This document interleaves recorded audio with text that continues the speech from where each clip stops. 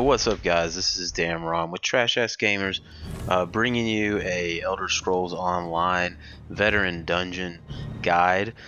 This is for Volenfell, which is in Alik'r Desert, in the Daggerfall Covenant. This is actually one of the easier dungeons in the game. When it comes up on the dailies, it's great because you can really blast through this dungeon very, very easily. I'm going to be bringing you guys a lot of the veteran content in this game over the course of the next few days. I'll try to get all that posted just to kind of help you guys out, anybody that's struggling with certain dungeons. I know some of them are easier than others and don't really necessarily need very many strategies, and then of course there are harder ones like Bloodroot Forge and all that, and the newer dungeons even from the Wolf Hunter Pack DLC, all that. But I'm going to bring all that to you, so let's get started with this one. I'll try to fast forward through most of the ads, but I want to keep my videos essentially the whole dungeon so everyone's on the same page, you know where things are at, and I'll try to highlight anything that's important about the dungeons. But pretty much right in the beginning, the first boss that you're going to come across, the Desert Lioness, has a few of her little cubs with her. Not a bad fight at all. If you got good DPS and a tank can hold on to her, you're really going to have no problems. She doesn't really do any damage hardly at all. The only thing that's going to kind of annoy you is the scream fear that she does and makes you run away, so it's pretty annoying to keep your DPS up on her. Other than that, this is a pretty easy fight, not much to say, so I'll just let you have this one.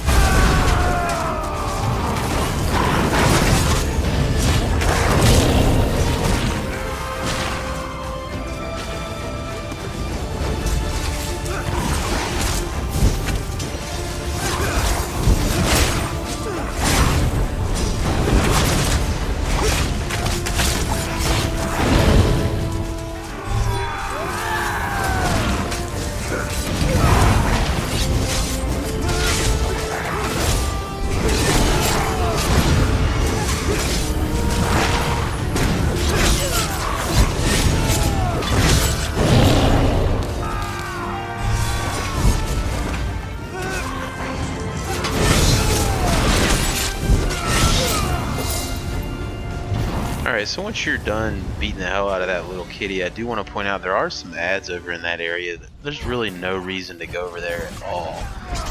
There's nothing over there. There's no bosses. There's hardly any ever chests over there, so don't even worry about going over there.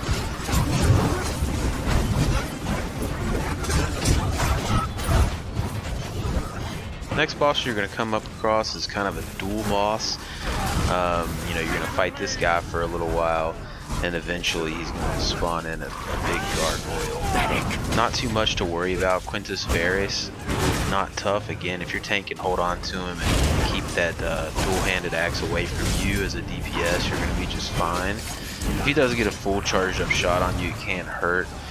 He does this little AoE, which you can see here now, where he's swinging the axe around. Again, a decent healer is going to be able to heal you basically through all that.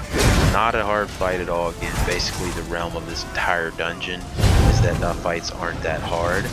I'll chime back in when we get to the gargoyle, but again, just keep laying down your dots and DPS on this guy. You'll be done with him soon enough. Coward before the rod of Krabar. I hate.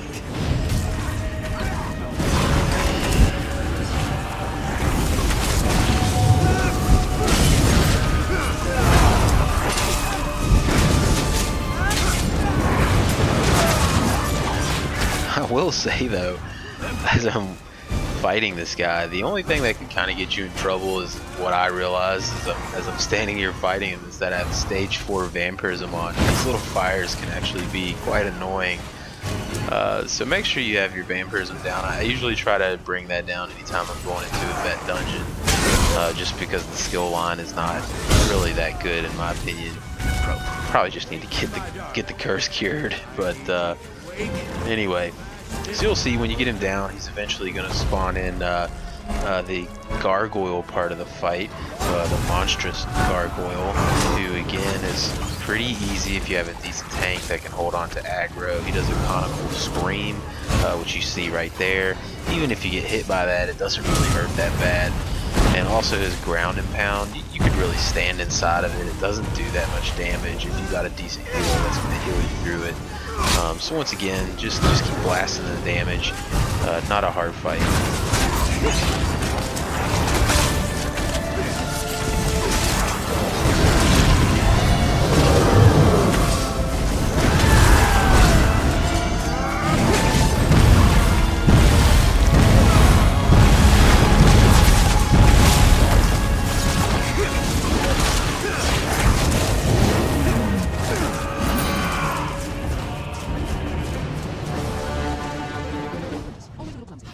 In murdering people.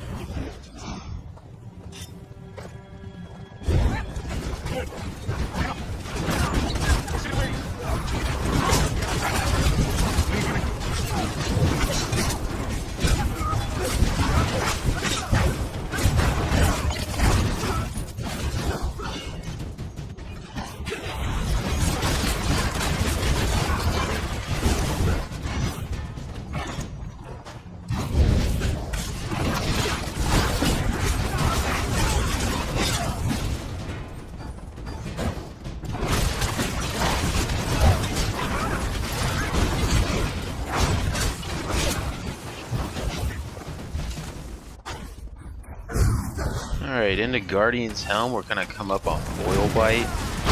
Boil Bite, if you're not a stage 4 vampire, doesn't really do that much damage. He does kind of launch out some flames and has this AoE that gets pretty large around him and it just kind of bursts. Just kind of step back from that if you know you're a big vampire in the fight. However, if you're not, it's probably not going to do that much damage to really kill you anyway. Your healer can just drop a breath of life and you'll be totally fine. Good thing is Boyle doesn't really have any health at all. You'll probably kill him, you know, in less than a minute. See, I just stood in that blast right there.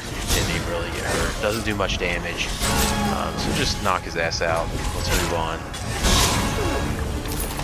Also, don't forget to hit the levers on these couple bosses up here. Sometimes you go and do the boss and someone forgets to pull the lever, but this one's right behind the throne here. I think someone else pulls it. No, I pulled it.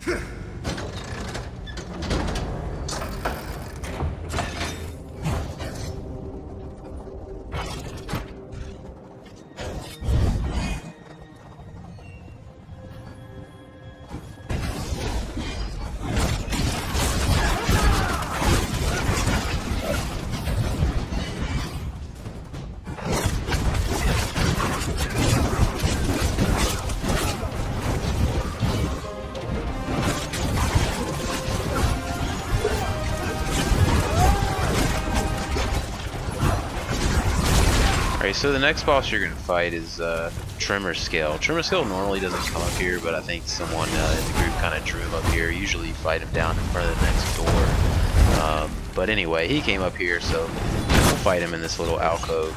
Once again, the story of this dungeon, this guy is just a little wuss. He looks big, but he acts small. He's not going to do much damage to you. Even when he goes into the ground and does his signature attack right here, I'll stand right in it right now just to show you it doesn't do much damage. My health hardly went down. Good healer, good tank, all you need. He's not really no mechanics here. Just keep pounding away and finish this fight.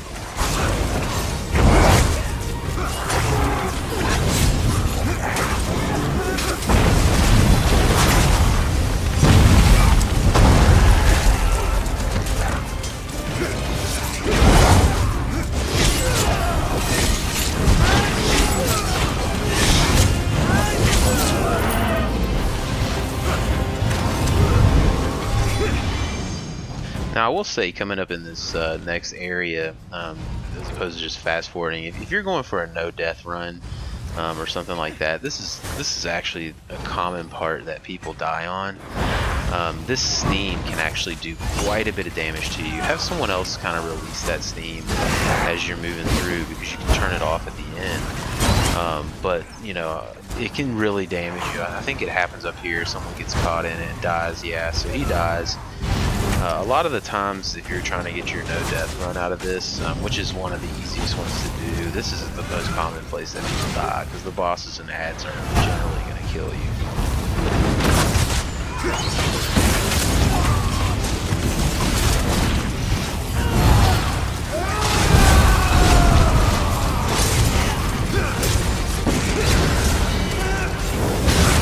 anyway, so our next guy, he is the unstable construct. He's pretty easy. He's just a enlarged construct. He'll do this little jump slam you saw there. As long as you got your AoE indicator letting you know that it's coming, he's not going to cause any problems. Have your tank hold on to him and wipe him down. He's pretty much like the boil boss. He's like a little mini boss. He's not really going to do much damage to you. He's the last guy we're going to fight before the final boss, which I'll give you some strats for on that. That is really going to make that fight easy.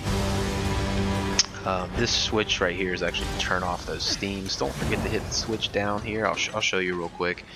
That's the switch to get through the next door.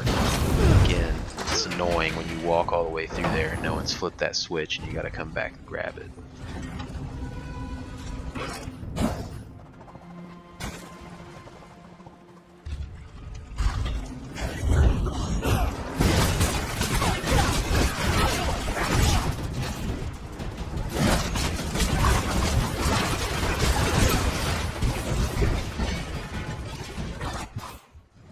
Alright, so here we are. Read your scroll if you want to do hard mode. So good trick. Drop a shot on one of these guys and just run straight back to the end of the map.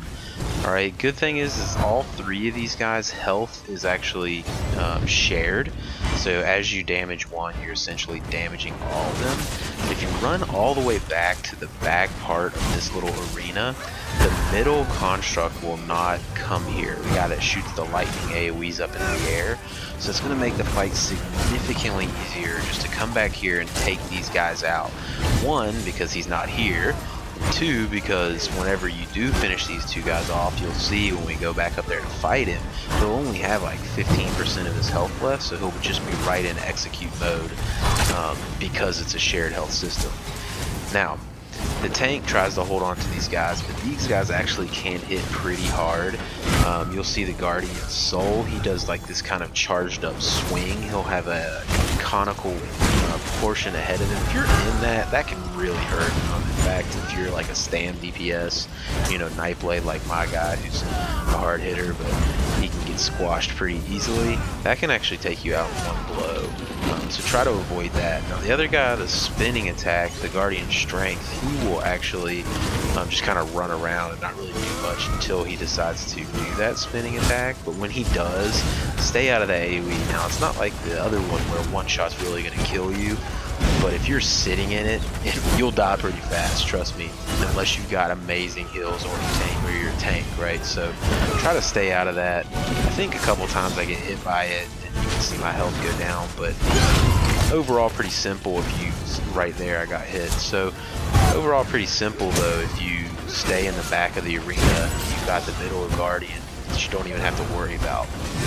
So wipe these two guys up, and then you'll see when we go up to take out the middle guy, he's not going to have any health basically at all, and we'll just execute him real quick to finish the fight.